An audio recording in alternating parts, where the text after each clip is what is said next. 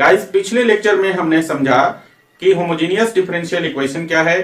Homogeneous differential equation को हम solve कैसे करते हैं, मतलब होमोजेनियस डिफरेंशियल इक्वेशन का सॉल्यूशन कैसे निकालते हैं, उसके लिए रूल्स और रेगुलेशंस क्या है ना। उसके साथ ही हमने एक एग्जांपल भी किया था। गाइस इसी कड़ी में थोड़ा सा हम लोग और आगे बढ़ेंगे। आज के लेक्चर में हम लोग होमोजेनियस डिफरेंशियल इक्वेशन पर एक दो एग्जांपल और करेंगे। उसके बाद हम लोग समझेंगे लीनियर और नॉन लीनियर डिफरेंशियल इक्वेशन क्या है, लीनियर डिफरेंशियल इक्वेशन को सॉल्यूशन निकालने के लिए रूल्स और रेगुलेशन क्या है, और इसके साथ जो है कुछ एग्जांपल्स करेंगे। और इसके साथ ही जो है आपका डिफरेंशियल इक्वेशन जो चैप्टर है मतलब वो समाप्त हो जाएगा। इसका मतलब ये भी हुआ कि पूरा कैलकुलस आपका समाप्त हो जाएगा। ओके, तो चलिए शुरू करते हैं आज का लेक्चर। तो गाइज आज इसमें हम लोग एक एग्जांपल लेते हैं, और एग्जांपल में आपके पास एक होमोजेनियस डिफरेंशियल इक्वेशन गिवन है। आपके पास गिवन है आपके पास x माइनस वाई डी और माइनस है x plus Y D x is equal to 0। ये अपने पास एक इक्वेशन दिया हुआ है ना। इसको सबसे पहले हम लोग होमोजेनियस डिफरेंशियल इक्वेशन के फॉर्म में लिखेंगे। तो गाइस देखिए, इसको इस तरफ कर देंगे तो पॉजिटिव हो जाएगा, और फिर dx को इस तरफ लाएंगे तो dy बाई dx हो जाएगा, और x माइनस वाई को इस तरफ ले जाएंगे तो x plus Y upon x minus Y हो जाएगा। सो गाइस इसको हम लोग ऐसा लिख सकते हैं, dy upon dx is equal to हो जाएगा आपका x plus Y upon x minus y. Clear है? ये आपका होमोजेनियस डिफरेंशियल इक्वेशन का फॉर्म हो गया है ना। और चेक करने के लिए आपको बताया था f of lambda x lambda y is equal to lambda to the power n f of x y। और आप इसे चेक करके देख लेंगे कि ये जो है होमोजेनियस डिफरेंशियल इक्वेशन है, इसका f ऑफ x y का डिग्री कितना होना चाहिए, 0। समझे ना। तो इसे आप चेक कर लेंगे साइड में। पिछले लेक्चर में हमने एक एग्जांपल किया था और वहां पर आपको प्रॉपर्ली चेक करके बताया था कि जो भी गिवन डिफरेंशियल इक्वेशन है उसको आपको चेक कर लेना है पहले, साइड में कहीं भी चेक कर लेंगे। और होमोजेनियस डिफरेंशियल इक्वेशन को चेक करने का कंडीशन क्या है, f of lambda x lambda y is equal to lambda to the power 0 f of x y। मतलब कोई भी given differential equation homogeneous differential equation तभी होगा जब f ऑफ x y का डिग्री 0 होना चाहिए, है ना। और ये हमने अच्छी तरह से पिछले लेक्चर में एग्जांपल के साथ करके बताया था। गाइस यहाँ पर ये जो गिवन डिफरेंशियल इक्वेशन है ये ऑलरेडी होमोजेनियस डिफरेंशियल इक्वेशन है ना। तो हम लोग यहाँ से इसका सॉल्यूशन कैसे निकालते हैं उस प्रोसेस को आगे बढ़ाते हैं ना। चेक आप कर लीजिएगा खुद से। ओके, तो देखिए सॉल्यूशन करने के लिए सबसे पहला काम क्या होता है कि लेट करना होता है y is equal to v x, है ना, अगर dy अपॉन dx के फॉर्म में है तो। और यहां से इसको हम डिफ्रेंशिएट कर लेते हैं विथ रिस्पेक्ट टू x के रिस्पेक्ट में डिफ्रेंशिएट कर लेते हैं। तो यहां से हमें मिलता है dy upon dx is equal to, और ये हो जाता है आपका v plus x dv upon dx। Clear है? और इस वैल्यू को यहां से जो dy अपॉन dx का मान निकला इसको उठाकर गिवन डिफरेंशियल इक्वेशन में पुट कर देते हैं। तो यहां लिखते हैं हम लोग put dy upon dx obtained from equation 3 into equation 1, है ना। इक्वेशन 3 से इक्वेशन 1 नहीं इक्वेशन 2 में पुट कर दीजिए। तो देखिए dy dx का वैल्यू अब हो जाएगा v plus x into dv upon dx, और इज इक्वल टू इधर हो जाएगा आपका x प्लस और y के जगह क्या लिखना है vx। तो ये हो गया vx x plus vx upon x minus vx। Clear है? अब देखिए ऊपर से आपका x कॉमन निकल जाएगा, नीचे से भी x आपका कॉमन निकल जाएगा। तो इसको थोड़ा सा आगे बढ़ाते हैं और सिंप्लीफाई करते हैं। तो ये हो गया v plus x into dv upon dx, और इज इक्वल टू x ऊपर से कॉमन निकाल देंगे तो 1 प्लस v बचेगा, और नीचे से निकाल देंगे तो 1 माइनस v बचेगा, और यहाँ x और x कैंसिल हो जाएगा आपका, है ना। चलिए आगे बढ़ाते हैं इसको। अब क्या बचेगा आपके पास, अब बचेगा v plus x into dv upon dx is equal to 1 plus v upon 1 minus v। अब इस v को इस तरफ लाके घटा देंगे तो ये हो जाएगा आपका x dv upon dx is equal to 1 plus v upon 1 minus v, और यहां से एलसीएम आप लेते हैं तो एलसीएम हो जाएगा 1 माइनस v, तो ये हो जाएगा 1 प्लस v माइनस v, और minus minus plus v square. Clear? अब यहां से प्लस माइनस v भी कैंसिल हो जाएगा, तो ये फाइनली आपको मिलेगा x into dv upon dx is equal to 1 plus v square upon 1 minus v. Clear है? ये हमने सिंप्लीफिकेशन कर दिया। अब हम लोग वेरिएबल सेपरेबल मेथड यूज करेंगे।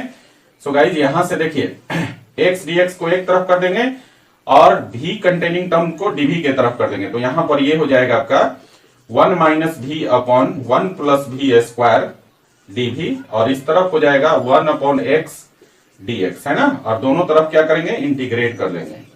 इंटीग्रेट बोथ साइड्स, दोनों तरफ इंटीग्रेट कर लेंगे। तो देखिए क्या हो जाएगा अब आपका इंटीग्रल ऑफ 1 माइनस भी upon 1 plus v square dv और इधर हो जाएगा integral of 1 upon x dx, है ना। इसको दो पार्ट में लिख सकते हैं हम लोग। तो ये हो जाएगा आपका, देखिए ये हो जाएगा अब आपका integral of 1 upon 1 plus v square और माइनस हो जाएगा भी इंटू dv और माइनस हो जाएगा आपका v upon 1 plus v square dv और इधर हो जाएगा integral of 1 upon x dx। Clear है? अब हम लोग इसका इंटीग्रेशन निकाल सकते हैं। और यहां पर देखिए, यहां पर हम लोग एक लाइन और लिखें तो इसको लिख सकते हैं integral of 1 upon 1 plus v square dv और 2 से भाग दे दीजिए तो 2 से आपका मल्टीप्लाई हो जाएगा। तो 2v upon 1 plus v square dv और इधर हो जाएगा integral of 1 upon x dx। ऐसा इसलिए किया कि आप देखेंगे नीचे वाले 1 प्लस भी स्क्वायर का डेरिवेटिव करेंगे तो 2v आ जाएगा, है ना। तो इसको भी हम लोग साइड में कहीं लिख लेंगे। देखिए यहां पर लिख लेते हैं, अगर लेट कर लीजिए 1 plus v square is equal to आप t मान लेते हैं। तो यहां से आप v के रिस्पेक्ट में डिफरेंशिएट कर दीजिए, differentiate with respect to v के रिस्पेक्ट में करेंगे तो 2v इज इक्वल टू हो जाएगा dt अपॉन dv और यहां से आ जाएगा आपका 2v dv is equal to dt, है ना। और इस मान को हम लोग यहां पर पुट कर देंगे, है ना। 2v dv is equal to dt और 1 प्लस भी स्क्वायर को t लिख देंगे। ठीक है, तो चलिए आगे बढ़ते हैं। तो ये हो जाएगा अब आपका, देखिए यहां पर और हो जाएगा integral of 1 upon 1 plus v square dv और इधर हो जाएगा -1/2 और इंटीग्रल ऑफ 2v dv का वैल्यू है dt। तो ये हो जाएगा 1 अपॉन t और dt और उधर है आपका RHS साइड में integral of 1 upon x dx, है ना।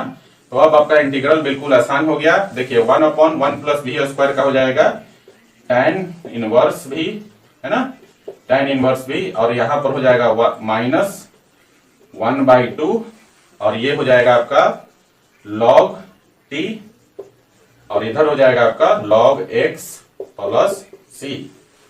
क्लियर है? अब देखिए जरा ध्यान से, इसको हम इस तरफ ला सकते हैं। तो इधर लिख दें tan इनवर्स और v का वैल्यू जो हमने माना था, यहां पर v का वैल्यू हम लोग लिख सकते हैं यहां से y is equal to vx है तो v is equal to y upon x लिख सकते हैं।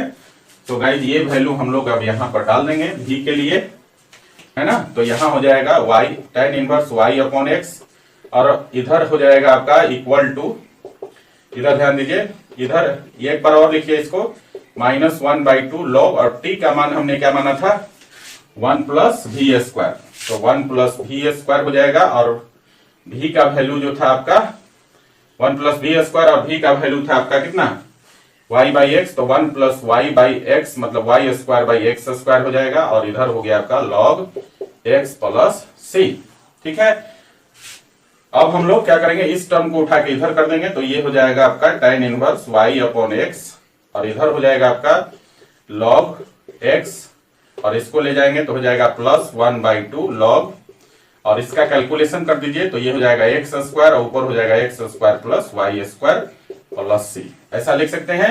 अब देखिए log a/b का फॉर्म है तो इसको थोड़ा एक्सपेंड कर लेंगे तो ये हो जाएगा log x और प्लस हो गया 1/2 log x square plus y square और माइनस हो जाएगा आपका 1/2 log x, है ना, x स्क्वायर और प्लस c हो जाएगा, है ना। ये देखिए ये पावर है log पर, इधर आके मल्टीप्लाई हो जाएगा तो इसी को लिख सकते हैं log x plus 1/2 log x square plus y square और माइनस ये 2 इसमें 1/2 में मल्टीप्लाई होके हो जाएगा आपका, कट जाएगा तो बचेगा सिर्फ माइनस log x और plus c।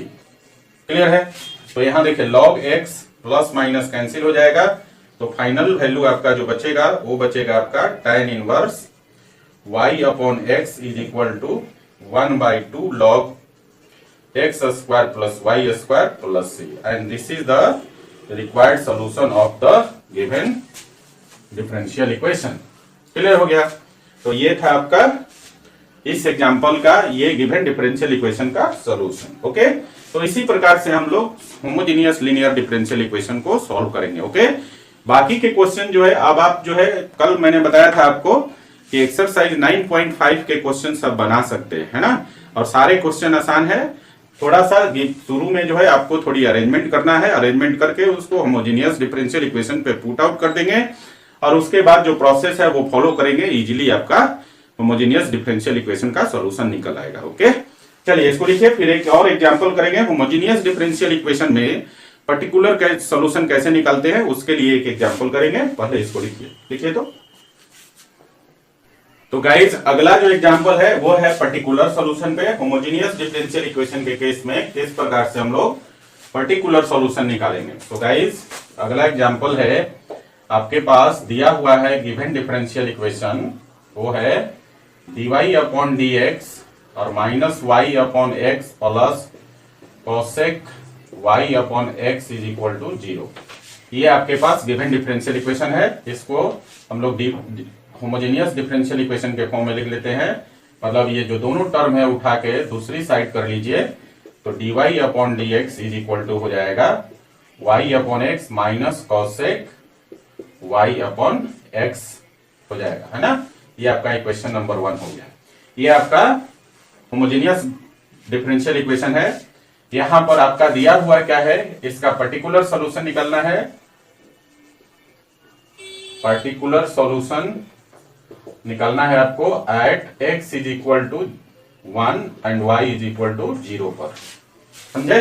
x is equal to 1, y is equal to 0 पर इस गिवन होमोजेनियस डिफरेंशियल इक्वेशन का पर्टिकुलर सॉल्यूशन निकालना है। तो क्या करेंगे, सबसे पहला काम लेट कर लीजिए y is equal to vx, है ना, और इसको डिफरेंशिएट कर देंगे दोनों तरफ x के रिस्पेक्ट में, differentiate with respect to x। तो यहां से dy अपॉन dx का वैल्यू मिल जाएगा आपको v plus x into dv upon dx।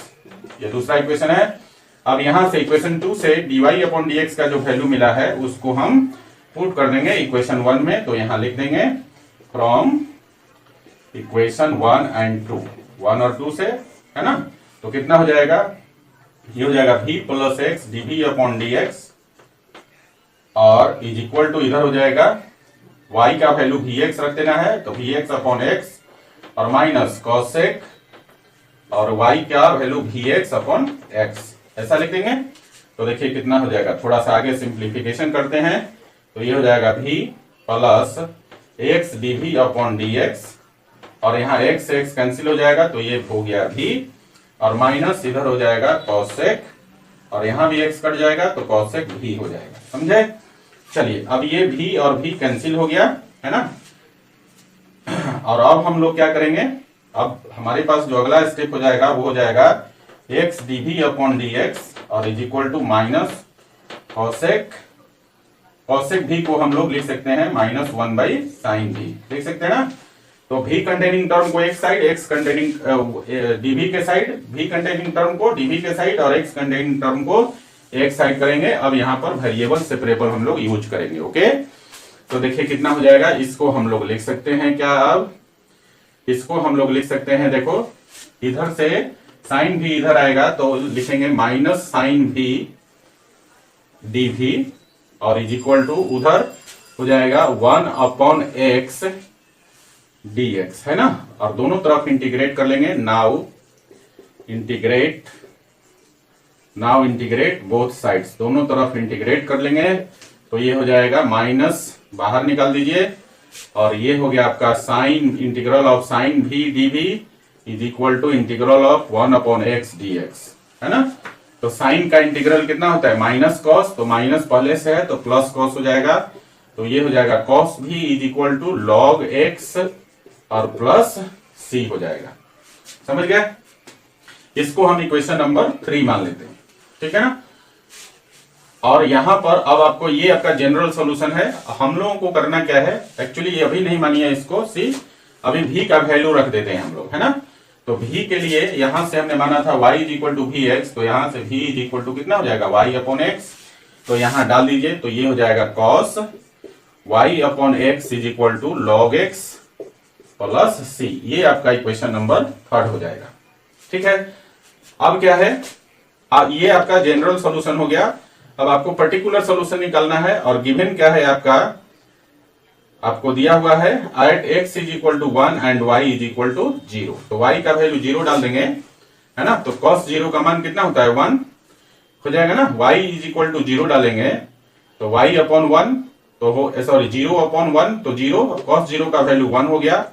और यहां पर x का वैल्यू 1 डालेंगे तो ये भी वैल्यू आपका कितना हो जाएगा, 0, क्योंकि log 1 का वैल्यू 0 होता है, और प्लस c। तो यहां से c का वैल्यू आपका 1 आ गया, है ना। अब इस c का वैल्यू उठा के इक्वेशन नंबर 3 में पुट कर देंगे। तो यहां डाल दीजिए put c is equal to 1 in equation 3। तीसरे में पुट कर दीजिए, तो यहां से आपको मिलेगा cos y upon x is equal to log x plus 1, ये मिल जाएगा। ठीक है, और log 1 को हम लोग ऐसा लिख सकते हैं log x plus log e, है ना। log e का मान 1 होता है, क्योंकि बेस ई बेस पर ई का लॉगरिथम कितना हो जाएगा, 1। तो इतना लिख सकते हैं इसको। चलिए आगे थोड़ा सा पढ़ते हैं। अब अरेंजमेंट रह गया है सिर्फ, तो ये हो गया आगे आपका, और cos y upon x is equal to हो जाएगा log, और यहां देखिए ये हो गया log a plus log b, तो इसको लिख सकते हैं log e x e लिख सकते हैं, है ना। log a plus log b तो हो जाएगा log a b। तो यहां पर दोनों का मल्टीप्लाई हो गया, और ये आपका जो है फाइनल सॉल्यूशन, इसी को आप लिख सकते हैं therefore cos y upon x, है ना, is equal to log x e, और this is the particular solution of the given differential equation, है ना। इस गिवन डिफरेंशियल इक्वेशन का पर्टिकुलर सॉल्यूशन हो गया। तो आप समझ गए अच्छी तरह से कि किस प्रकार से हम लोग होमोजेनियस डिफरेंशियल इक्वेशन को का सॉल्यूशन करेंगे, और होमोजेनियस डिफरेंशियल इक्वेशन के केस में किस प्रकार हम लोग पर्टिकुलर सॉल्यूशन निकालेंगे। ओके, चलिए इसको लिख लीजिए। अब आगे हम लोग डिस्कस करेंगे लीनियर और नॉन लीनियर डिफरेंशियल इक्वेशन क्या है, लीनियर डिफरेंशियल इक्वेशन को हम कैसे सॉल्व करते हैं, उसके रूल्स और रेगुलेशन क्या है, और कुछ एग्जांपल करेंगे साथ में। ठीक है ना, चलिए इसको लिखिए पहले। तो गाइस चलिए समझते हैं लीनियर और नॉन लीनियर डिफरेंशियल इक्वेशन क्या है, और उससे रिलेटेड कुछ बातें।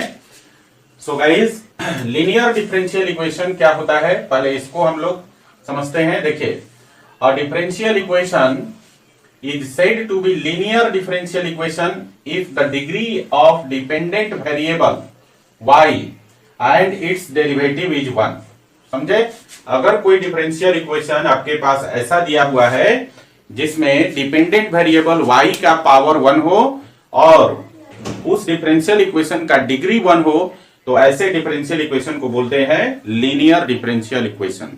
एक बार फिर से इसको समझिए, किसी भी गिवन डिफरेंशियल इक्वेशन को आप लीनियर डिफरेंशियल इक्वेशन तभी बोलते हैं जब डिपेंडेंट वेरिएबल y का पावर 1 हो, है ना, और उस गिवन डिफरेंशियल इक्वेशन का डिग्री 1 हो, तो वो जो है लीनियर डिफरेंशियल इक्वेशन कहलाएगा। समझ गए।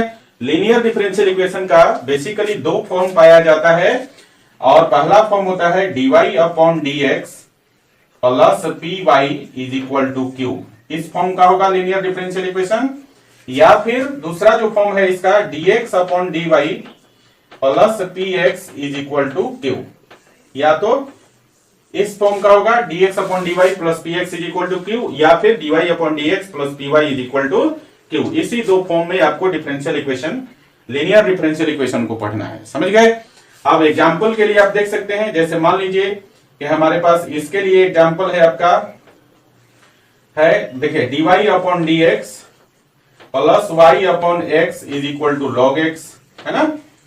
देखिए तो इसी फॉर्म का है, और इसका एग्जांपल आप देख सकते हैं dy upon dx plus x is equal to sine y।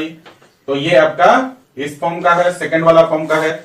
यहां पर p और q जो है ये आपका पॉलिनोमियल हो सकता है या कांस्टेंट भी हो सकता है। तो एक नोट आप लिख लीजिएगा कि p एंड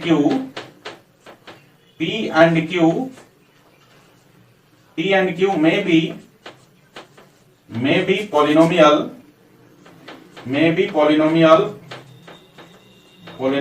और कांस्टेंट्स। समझ गए? तो आपने समझा यहां पर कि लीनियर डिफरेंशियल इक्वेशन क्या है। एक बार फिर से मैं समझा देता हूं। तो ऐसा डिफरेंशियल इक्वेशन जिसमें डिपेंडेंट वेरिएबल y का पावर 1 हो और उस गिवन डिफरेंशियल इक्वेशन का डिग्री 1 हो, तो ऐसे डिफरेंशियल इक्वेशन को बोलते हैं हम लोग linear differential equation. Okay, linear differential equation के बेसिकली दो फॉर्म होता है। पहला फॉर्म है dy upon dx plus py is equal to q, और दूसरा फॉर्म है आपका dx upon dy plus px is equal to q, जहां p और q जो है पॉलिनोमियल हो सकता है या कांस्टेंट हो सकता है। समझे? दोनों का एग्जांपल है dy upon dx plus py is equal to q का एक एग्जांपल हमने लिया है dy upon dx plus y upon x is equal to log x। This is the example of dy upon dx plus py is equal to q। And यहां पर हमने dx upon dy plus px is equal to q का एक example लिया है dx upon dy, यहां पर लिखना है dx upon dy plus x is equal to sin y। This is the example of dx upon dy plus px is equal to q। तो ये दो फॉर्म होता है, बेसिक फॉर्म, जहां पर p और q जो है आपका पॉलिनोमियल हो सकता है या कांस्टेंट हो सकता है। समझ गए? लीनियर डिफरेंशियल इक्वेशन क्या है। चलिए अब हम समझते हैं कि नॉन लीनियर डिफरेंशियल इक्वेशन क्या होता है। ठीक है, तो देखिए नॉन लीनियर डिफरेंशियल इक्वेशन जो है इसको कुछ इस प्रकार से हम लोग डिफाइन करेंगे। A differential equation is said to be non linear differential equation if and only if, ऐसा डिफरेंशियल इक्वेशन जिसको हम लोग नॉन लीनियर डिफरेंशियल इक्वेशन कहेंगे जब इन चार कंडीशन को फुलफिल करेगा। और इसमें पहला कंडीशन क्या है बच्चा? पहला द डिग्री ऑफ y, यहां पर छूट गया है, the degree of y, sorry, the degree of differential equation, the degree of differential equation is more than 1। ऐसा डिफरेंशियल इक्वेशन जिसका डिग्री 1 से ज्यादा हो तो वो कहलाएगा आपका non linear differential equation. Okay, दूसरा है आपका द डिग्री ऑफ y, मतलब y का पावर अगर 1 से ज्यादा हो तो भी उसको हम बोलेंगे नॉन लीनियर डिफरेंशियल इक्वेशन। समझ रहे हैं बात को? मैंने कहा a differential equation is said to be non linear differential equation if and only if the degree of differential equation is more than 1। अगर डिफरेंशियल इक्वेशन की डिग्री 1 से ज्यादा है तो उसे नॉन लीनियर डिफरेंशियल इक्वेशन कहेंगे। या फिर अगर y का power, the degree of y is more than 1, तो भी हम लोग उस डिफरेंशियल इक्वेशन को नॉन लीनियर डिफरेंशियल इक्वेशन कहेंगे। मतलब y का पावर अगर 1 से ज्यादा होगा तो उसको बोलेंगे नॉन लीनियर डिफरेंशियल इक्वेशन। तीसरा कंडीशन है if the product of y and it's derivative is present in the differential equation. अगर y एंड उसका डेरिवेटिव, y एंड उसका डेरिवेटिव का मतलब है कि y और dy अपॉन dx, है ना, अगर ये साथ में प्रेजेंट हो किसी डिफरेंशियल इक्वेशन में तो हम लोग उसको बोलेंगे नॉन लीनियर डिफरेंशियल इक्वेशन। तीसरा कंडीशन समझ में आ रहा है?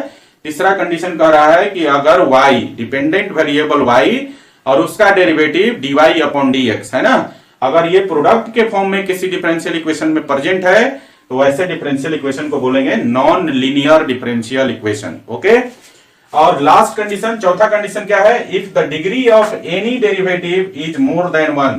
एनी डेरिवेटिव का मतलब हुआ कि डेरिवेटिव का जो ऑर्डर होता है, first order, second order, third order, fourth order, किसी भी ऑर्डर का डेरिवेटिव है अगर डिफरेंशियल इक्वेशन में और उसका डिग्री जो है 1 से ज्यादा है तो वैसे डिफरेंशियल इक्वेशन को बोलते हैं हम लोग नॉन लीनियर डिफरेंशियल इक्वेशन।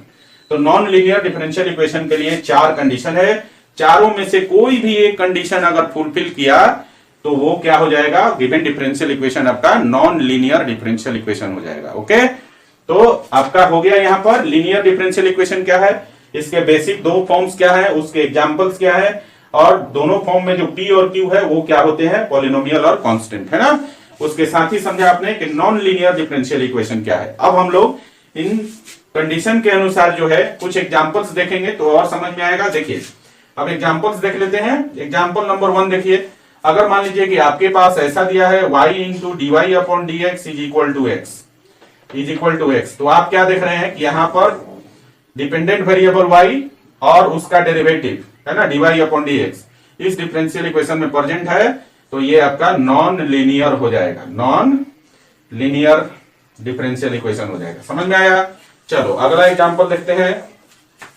अगला एग्जांपल है आपके पास दूसरा एग्जांपल। अगर मान लो कि ऐसा दिया है x into d y upon d x और minus y is equal to 2y²। तो देखिए यहां पर आपने क्या देखा कि जो y का पावर है वो 1 से ज्यादा है, तो ये इक्वेशन भी आपका नॉन लीनियर हो जाएगा। समझ में आया? चलिए तीसरा एग्जांपल देख लीजिए। तीसरा एग्जांपल है, अगर मान लीजिए कि आपके पास ऐसा दिया हुआ है कि d3y/dx³ का पावर है यहां पर 3 और प्लस है आपका y/x is equal to x, है ना। तो यहां पर आप क्या देख रहे हैं कि यहां पर जो थर्ड ऑर्डर का डेरिवेटिव है इसका पावर 1 से ज्यादा है। थर्ड ऑर्डर का डेरिवेटिव का पावर 1 से ज्यादा है, इसलिए ये भी आपका नॉन लीनियर डिफरेंशियल इक्वेशन होगा। आ रही बात समझ में? हमने लिखवाया था ना, if the degree of any derivative is more than 1। तो यहां पर जो डेरिवेटिव है आपके पास वो है थर्ड ऑर्डर का डेरिवेटिव और इसका पावर कितना है? 1 से ज्यादा है, इसलिए ये वाला आपका इक्वेशन क्या हो जाएगा? Non linear differential equation.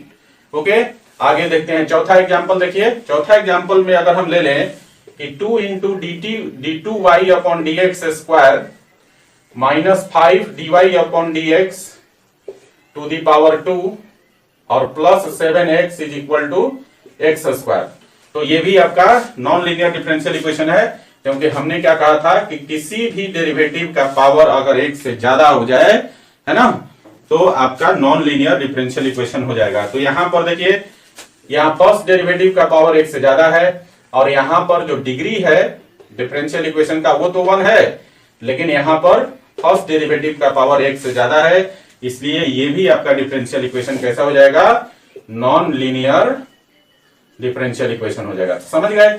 4 condition है, 4 एग्जांपल्स हमने आपको बताया कि कौन कौन से कंडीशन में आपका given differential equation non linear होगा। ओके, अब बात आती है कि हम लोग किस प्रकार से लीनियर डिफरेंशियल इक्वेशन का सॉल्यूशन निकालेंगे। देखिए नॉन लीनियर का सॉल्यूशन निकालने की जरूरत ही नहीं है, है ना।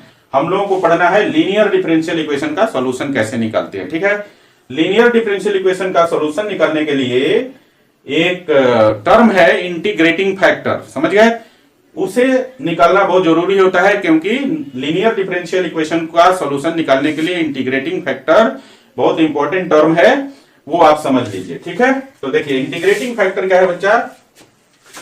अगला है इंटीग्रेटिंग फैक्टर। इंटीग्रेटिंग फैक्टर, और इसको शॉर्टकट में IF लिखते हैं, इंटीग्रेटिंग फैक्टर। तो देखिए हमने 2 फॉर्म पढ़ा है लीनियर डिफरेंशियल इक्वेशन का, 2 फॉर्म पढ़ा है। पहला फॉर्म होता है dy/dx plus py is equal to q, और दूसरा फॉर्म पढ़ा है हमने dx/dy plus px is equal to q। ये 2 फॉर्म पढ़ा है। दोनों फॉर्म में इंटीग्रेटिंग फैक्टर अलग अलग होता है। देखिए पहले फॉर्म में इंटीग्रेटिंग फैक्टर IF जो होता है वो होता है e टू दी पावर में इंटीग्रल ऑफ p dx। ये आपका जो है इंटीग्रेटिंग फैक्टर है फर्स्ट फॉर्म में, और दूसरे फॉर्म में जो इंटीग्रेटिंग फैक्टर होता है IF, ये होता है आपका e to the power integral of p dy। समझे? तो ये 2 फॉर्म है आपके पास डिफरेंशियल इक्वेशन के, और इन दोनों फॉर्म में इंटीग्रेटिंग फैक्टर अलग अलग होता है। पहले फॉर्म में इंटीग्रेटिंग फैक्टर, ये पहला फॉर्म है आपका dy/dx plus py is equal to q, और इस केस में आपका इंटीग्रेटिंग फैक्टर होता है e to the power integral of p dx, और दूसरे केस में ये दूसरा है आपका form differential linear differential equation का, और इस फॉर्म में जो फॉर्म है आपका dx/dy plus px is equal to 0, इस फॉर्म में आपका इस फॉर्म में जो इंटीग्रेटिंग फैक्टर होता है वो होता है आपका e to the power integral of p dy। समझ गए? तो 2 फॉर्म लीनियर डिफरेंशियल इक्वेशन का, दोनों फॉर्म जो है उस पर एग्जांपल हमने बता दिया, और दोनों फॉर्म में इंटीग्रेटिंग फैक्टर क्या होता है ये हमने आपको बता दिया। समझ गए? इसे आप याद रखेंगे। अभी आपको यहां पर ये जानने की आवश्यकता नहीं है कि इंटीग्रेटिंग फैक्टर कहां से आता है और क्या होता है। समझे? इंटीग्रेटिंग फैक्टर ये समझ लीजिए लीनियर डिफरेंशियल इक्वेशन को सॉल्व करने के लिए हम लोग कुछ एक ऐसा टर्म होता है जिससे मल्टीप्लाई कर देते हैं, तो लीनियर डिफरेंशियल इक्वेशन जो है आपका सॉल्व हो जाता है। समझे?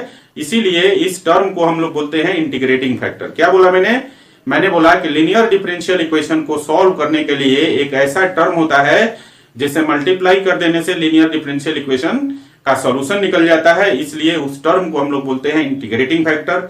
और वो इंटीग्रेटिंग फैक्टर दोनों फॉर्म के साथ अलग अलग होता है है ना। पहला फॉर्म जो है dy upon dx plus py is equal to q में इंटीग्रेटिंग फैक्टर होता है e to the power integral of p dx, और दूसरे form dx upon dy plus px is equal to q में इंटीग्रेटिंग फैक्टर होता है e to the power integral of p dy।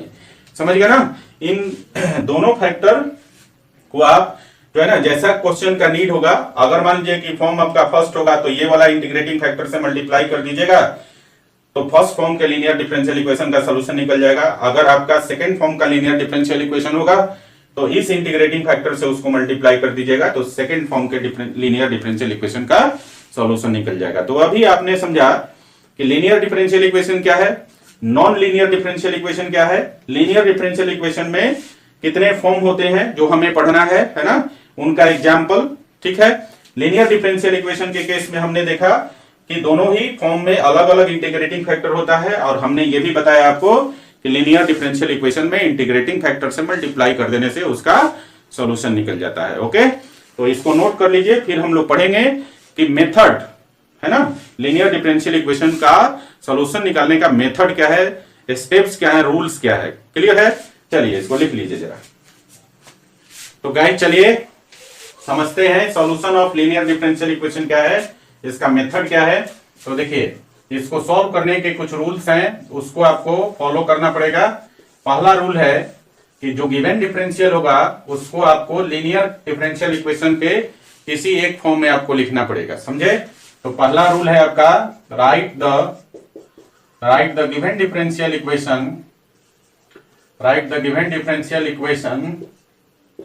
In its one of the form,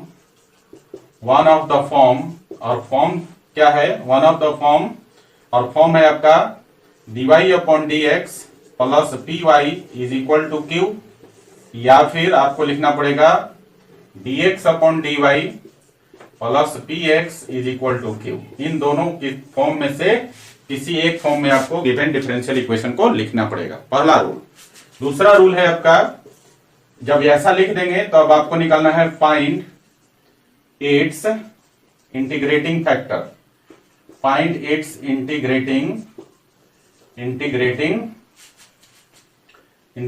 factor. ठीक है, respective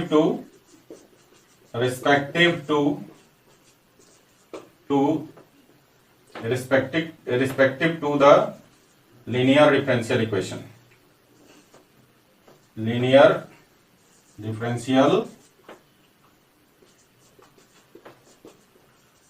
equation. देखिए second वाला rule आप समझ रहे हैं, इंटीग्रेटिंग फैक्टर का मतलब है आपको लिखना है IF, है ना, IF का वैल्यू निकालना है।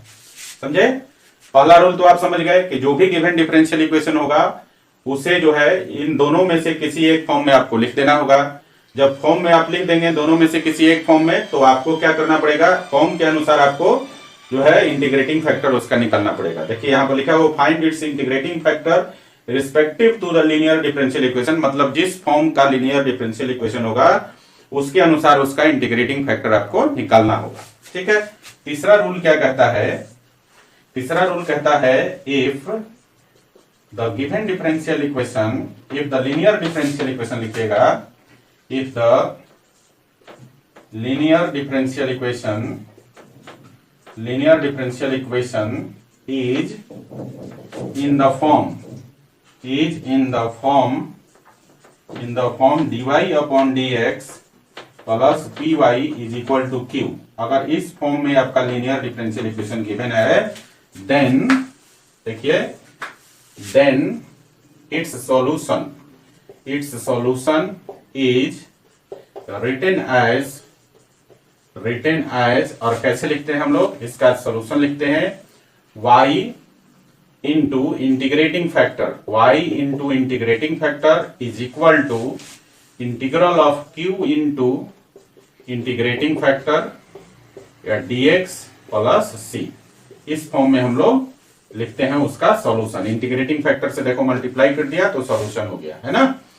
तो हमने कहा भी था अभी कि इंटीग्रेटिंग फैक्टर क्या है, एक ऐसा टर्म है जिसको हम लोग लीनियर डिफरेंशियल इक्वेशन में मल्टीप्लाई कर देते हैं तो उसका सॉल्यूशन निकल जाता है। समझे।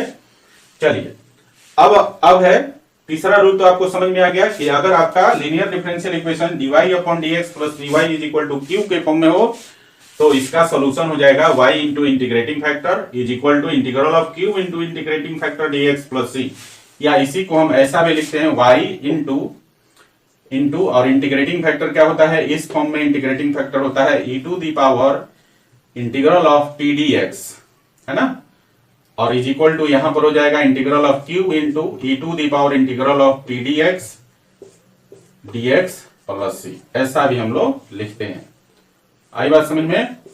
तो आप ऐसा लिखिए ऊपर जैसा या फिर ऐसा लिखिए, है ना, जब आपका form dy upon d x plus p y is equal to q के फॉर्म में हो। ओके, चलिए अब चौथा रूल क्या है कि अगर इस फॉर्म में नहीं हो डिफरेंशियल इक्वेशन तो इसका दूसरा फॉर्म में होगा। तो आप लिखेंगे if the linear differential equation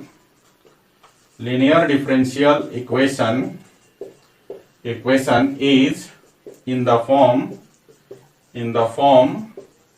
dx upon dy plus px is equal to q, अगर इस फॉर्म में आपका linear differential equation given है then its solution is written as और इसको हम लोग लिखते हैं x into integrating factor if is equal to integral of q into integrating factor if dy plus c, ऐसा लिखेंगे। या फिर हम लोग इसी को ऐसा भी लिख सकते हैं x into e to the power, देखिए, और इस फॉर्म का अगर डिफरेंशियल इक्वेशन होगा तो इसका इंटीग्रेटिंग फैक्टर आपका होता है e to the power integral of P d y, क्या होता है पी डी वाई, है ना, is equal to integral of Q into integrating factor हो जाएगा e to the power P d y integrating factor और into d y plus C. समझ में आया? तो ये चार रूल्स हैं इसके, है ना, लीनियर डिफरेंशियल इक्वेशन को सॉल्व करने के ये चार रूल्स हैं। Method of solution of linear differential equation. पहला रूल कहता है कि गिवन डिफरेंशियल इक्वेशन को लीनियर डिफरेंशियल के इन दोनों फॉर्म में से किसी एक फॉर्म में लिख दीजिए। उसके बाद दूसरा रूल कहता है कि इस फॉर्म के अनुसार लीनियर डिफरेंशियल इक्वेशन के जो दो फॉर्म होते हैं इनके अनुसार उनका इंटीग्रेटिंग फैक्टर निकाल लीजिए। तीसरा रूल कहता है कि अगर आपका linear differential equation dy upon dx plus py is equal to q के फॉर्म में हो तो उसका सॉल्यूशन हो जाएगा y into integrating factor is equal to integral of Q into integrating factor dx plus c, या फिर इसी को हम लोग लिखते हैं y into e to the power P d x is equal to integral of Q into e to the power P d x dx plus c, है ना। अगर ये फॉर्म ना हो, आपका पहला फॉर्म ना हो, आपका linear differential equation second form का हो, तब हम लोग लिखते हैं if the linear differential equation is in the form dx upon dy plus px is equal to q, तो इस केस में आपका सोल्यूशन हो जाता है x into integrating factor is equal to integral of q into integrating factor dy plus c, या फिर इसी को लिखते हैं हम लोग x into e to the power p dy integral of p dy is equal to integral of q into e to the power p dy into dy plus c, ये form होता है। ये इस तरह से हम लोग सॉल्यूशन लिखते हैं। तो आप समझ गए कि लीनियर डिफरेंशियल इक्वेशन क्या होता है, दोनों का लीनियर डिफरेंशियल इक्वेशन का फॉर्म क्या होता है, दोनों फॉर्म को एग्जांपल से आपको समझाया है ना। नॉन लीनियर डिफरेंशियल इक्वेशन क्या होता है, उसके कितने कंडीशन है कि आप समझ पाए कि ये नॉन लीनियर डिफरेंशियल इक्वेशन है। सारे कंडीशन पे हमने एक एक एग्जांपल करके समझाया है ना। और फिर लीनियर डिफरेंशियल इक्वेशंस को सॉल्व करने के लिए एक फैक्टर का यूज करते हैं जिसे हम लोग बोलते हैं इंटीग्रेटिंग फैक्टर, और उसे जो है दोनों फॉर्म के लिए इंटीग्रेटिंग फैक्टर क्या होगा ये भी आपको समझाया। उसके बाद आपको समझाया कि लीनियर डिफरेंशियल इक्वेशन का सॉल्यूशन कैसे निकालते हैं, उसके लिए चार रूल्स है, ये भी आपने अच्छी तरह से समझा। सो गाइज अब हम लोग जो है लीनियर डिफरेंशियल इक्वेशन के सॉल्यूशन पर कुछ एग्जांपल्स करेंगे, तो और ज्यादा ये जो रूल्स है आपका क्लियर हो जाएगा। ओके, तो पहले इसको आप लिख लीजिए, फिर हम लोग कुछ एग्जाम्पल कर लेते हैं। ठीक है, लिखिए। तो गाइस चलिए समझते हैं लीनियर डिफरेंशियल इक्वेशन का एग्जांपल समझते हैं। एग्जांपल से आपको दोनों फॉर्म का सॉल्यूशन कैसे करेंगे ये आपको समझ में आ जाएगा। तो हम लोग क्या करेंगे, लीनियर डिफरेंशियल इक्वेशन के दोनों फॉर्म पर एक एक एग्जांपल कर लेते हैं, तो आपका लीनियर डिफरेंशियल इक्वेशन का सॉल्यूशन क्लियर हो जाएगा। ठीक है, तो चलिए पहला एग्जांपल करते हैं, एग्जांपल नंबर 1।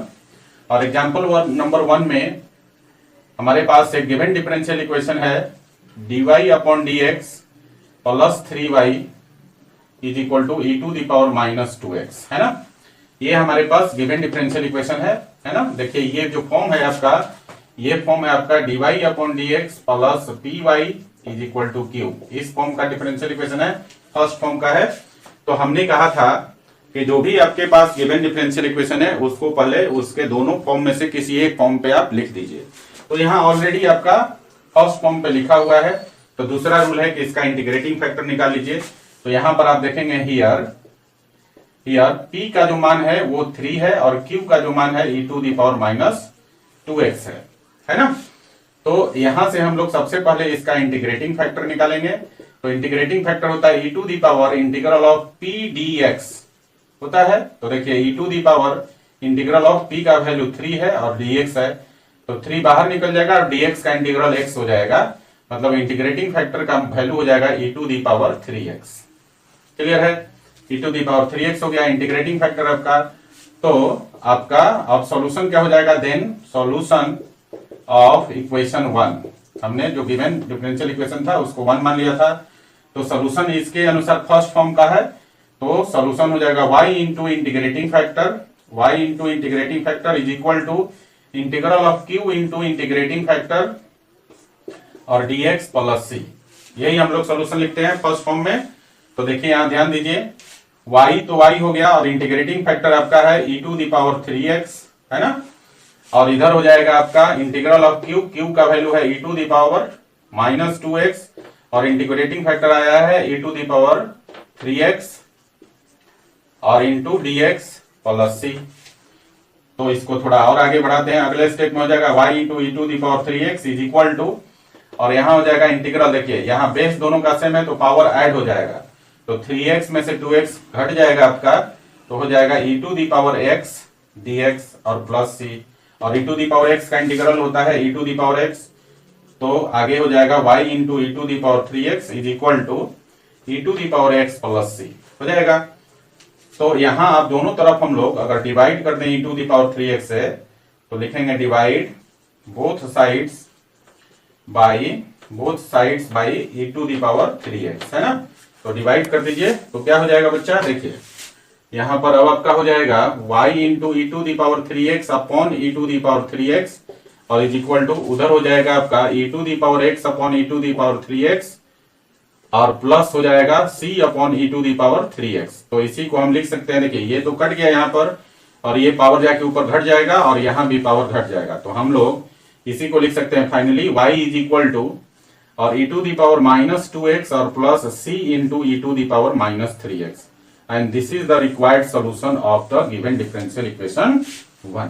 क्लियर हो गया। तो फर्स्ट फॉर्म में होगा तो किस प्रकार से लीनियर डिफरेंशियल इक्वेशन का सोल्यूशन निकालेंगे, आप समझ गए अच्छी तरह से। चलिए एक एग्जांपल और कर लेते हैं और ये एग्जांपल आपका सेकंड फॉर्म पे होगा, है ना। तो अगला एग्जांपल है एग्जांपल नंबर 2 और इसमें आपके पास दिया हुआ है x plus y dy upon dx is equal to 1, है ना।